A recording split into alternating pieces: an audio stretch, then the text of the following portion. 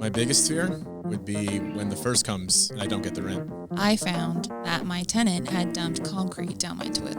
Can you believe Fair Housing fined me $5,000 for that? How do you onboard your tenants? What do you do? I don't even know if I do it right. If you're a landlord, don't just rent, rent perfect. The Rent Perfect podcast with property expert and private investigator, David Pickron. Well, Scotty, back behind the mic at another podcast. Back in black. Look at you. Back in black. Awesome. Hey, listen, like us, subscribe, share us. Today we're going to talk about something that's, maybe not common knowledge. Yeah, maybe a little bit of a fringe thing for most landlords, I guess. But it's something that we're running into more and more. And I want to talk with you today. Drum roll. About the difference between a security deposit, which we kind of all know what that is, and prepaid rent. They need to be looked at completely and totally different. If they're looked at together, we can get in a whole lot of trouble. Can I throw a keyword in real quick? Yes, please. Voluntary. Prepaid rent. Prepaid I think rent. if anybody listens to this and they take away even one nugget, it's voluntary prepaid rent. So security deposit is not voluntary. Right. That's required by the landlord. Prepaid rent is voluntary. Yep. Okay, so you can't use it as leverage. So let me give you an example of that. Most states have a regulation, a rule of law, that tells a landlord how much of a security deposit they can charge. So they don't want a landlord who has a $1,000 a month payment saying, oh, you got to give me a $10,000 security deposit. So you get that upper echelon wealthy person, and everybody who can't come up with that security deposit is out. Yeah. So they say, and it's different in every state, check with your state, check with your attorney. Arizona's 1.5 times, okay? Some other states are 2 times the amount of rent you can charge for your security deposit, okay? But some people are interchanging security deposit and prepaid rent, right? And you say voluntary.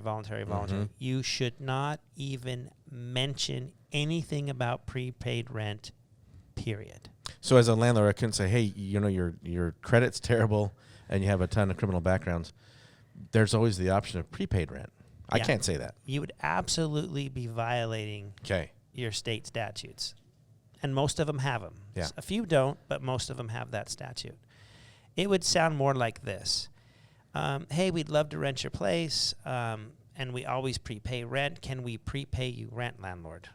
I'd have to start that conversation. As the tenant. As the prospective tenant, yeah. As the tenant.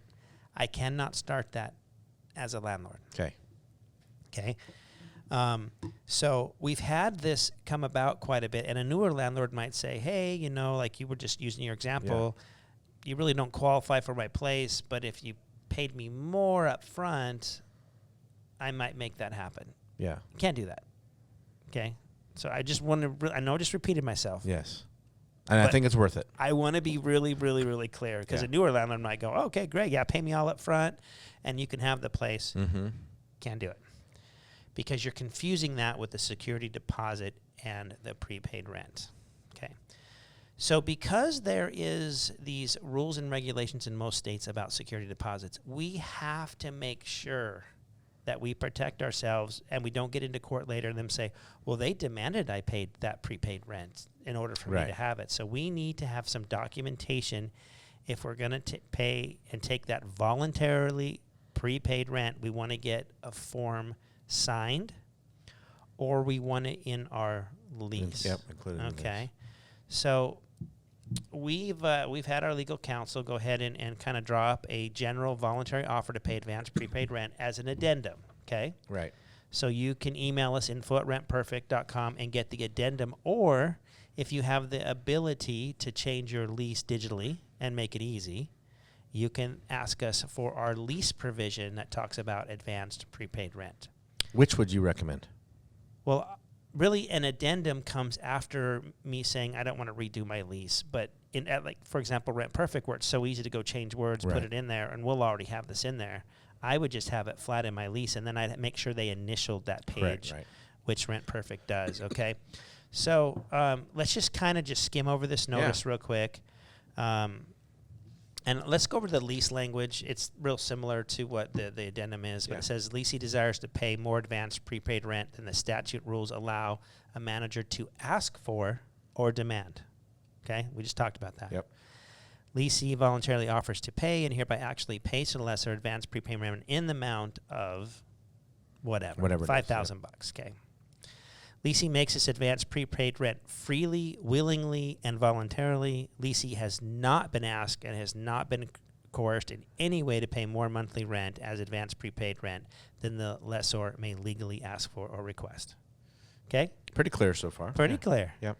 During the lease term, it's agreed that the advanced prepaid rent on your account shall only be used for rent payments and for nothing else. So what'll happen is the waters get a little muddy, right? I give you $5,000 in prepaid. And 2 months down the road, say there's an HOA notice and you owe me $25 for a fine or a water bill or whatever. And I say, oh, just take it out of the money that I already gave you. Listen, prepaid rent is not this credit account that they can use for anything. Yeah, they're not drawing against it. No. Right. It needs to be specifically for rent, so don't account for in a way where you get real loose with it. If rent's $1,000 a month and they prepaid $5,000, it's for 5 months of rent. It's not for late fees. It's not for court fees. It's not for attorney's fees. It's not for anything. So on a practical like matter, that. would you recommend setting up a separate bank account to house that kind of money? Well, and some trust account? and that's a great question because some states require you to put that in a trust account. Right. I would always recommend you do that, but I don't think in most states that you have to, but you need to check with your attorneys and your state statutes to decide how you need to handle prepaid rent. It's similar to security deposits, and some jurisdictions allow you to put in the lease the account number that security deposit's in. They'll probably require you prepaid rent too. Right. Okay.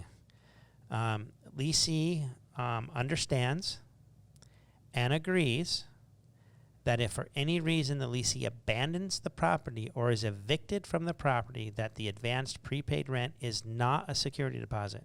Okay? In the event of abandonment, eviction, or holdover, the lessor, meaning the landlord, may use any advanced prepaid rent showing as a credit on the leasee's account to pay for any amounts due and owing if the security deposit is not enough to cover it. So in other words, you do have prepaid rent, but they get evicted for having a party or drugs or something, and they're like, hey, I want that money back now. You cannot request your money back until your relationship is complete. But you are allowed to offset prepaid rent for stuff that go up and over the security deposit. Okay? That's important. Yeah. Check with your attorneys. Make sure everybody's on board. Our attorneys tell us when you're holding this money, you can use it to pay for things that exhaust the security deposit. So, for example, you get $1,500 security deposit. You add up all the damage, all the court fees, all the anything that's due. You can deduct it out of that prepaid rent. So, in a way, it kind of acts like a security deposit, but only at the very, very, very end. But it's not a replacement because as I'm listening to this, right, we're talking about if I agree to do a prepayment, an advanced, prepaid rent, I would still collect a security deposit. Oh, yeah, absolutely. Yeah. Oh, so I want to make sure our absolutely. landlords understand this doesn't replace or supplant that. It's just it's another mechanism that's in place, but you still want to have that security deposit in place. Exactly. It's two different transactions. Okay. Also, during a lease, if someone says, hey, I gave you $5,000 in prepaid rent, I'm hurting a little bit, I want $3,000 back. Yeah. In this agreement, it says it is not returnable until the very end of the contract and all the accounting has been done. And then we'll go ahead and send it back to you in a timely manner. Yeah. It's not you're not an ATM. Yeah, so you don't want to keep this. You don't want to double dip. Right. You don't want to say if someone is evicted or abandons the property, you re-rent it and you keep all of this money and now you're getting paid double rent. Hey, that sounds great. And landlords out there said, hey, I like that. But that is going to get you in a lot of trouble. So I think you need to make sure and keep your security deposits and your prepaid rent separate. Handle them completely separate under different rules. Start with, at the end of the lease, if they owe you money, taking out the security deposit, and then you can dip into that prepaid rent at the end there. So it is something that isn't willy-nilly. It is something that you need to document. It is something that they need to sign, and everybody needs to be on the same page. Because when you get to court at the very end, and then that tenant says to the judge, they made me pay him an extra $6,000 to even move in here. He is going to say, wait, hold on. Let's go to trial. Tell me about this, right? Landlord, you broke the law. Landlord, you broke the law. You want to come in and say, Your Honor, that is not true. They even signed this voluntary offer to pay advance fees. Or they signed my lease. Right. Or they initialed that in the lease where they were not coerced. They're making that up right now. So protect yourselves, because this might happen to you. And the more and more properties you get, the more and more you're going to see stuff like this. A lot of times people listen to this, they have 1 or 2 properties, they're like, oh, I've never even run across, prepaid rent. But as evictions are up, some people are coming into some money in, whether it's inheritances or whatever, and they think, oh man, maybe I can prepay rent because I've ruined my identity, which we did a podcast a few weeks ago, right? I can maybe buy my way into this property, but make sure that it is all voluntary and that you're not demanding it. Yeah. Awesome. Well, we appreciate you being here. Once again, like us, subscribe us, share us, forward this to somebody. Hopefully we're making a difference in new landlords and seasoned landlords' life. Yeah. And until next time, continue to rent perfect.